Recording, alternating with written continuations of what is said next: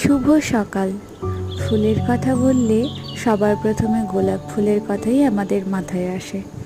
আজকে তাই গোলাপ ফুলের একটা ছোট্ট টিউটোরিয়াল তোমাদের সাথে শেয়ার করলাম। ক্লেটাকে আমি 7টা টুকরো করে কেটে নিয়েছি, যেহেতু আমি 7টা পাপড়ির একটা ফুল বানাচ্ছি তাই জন্য।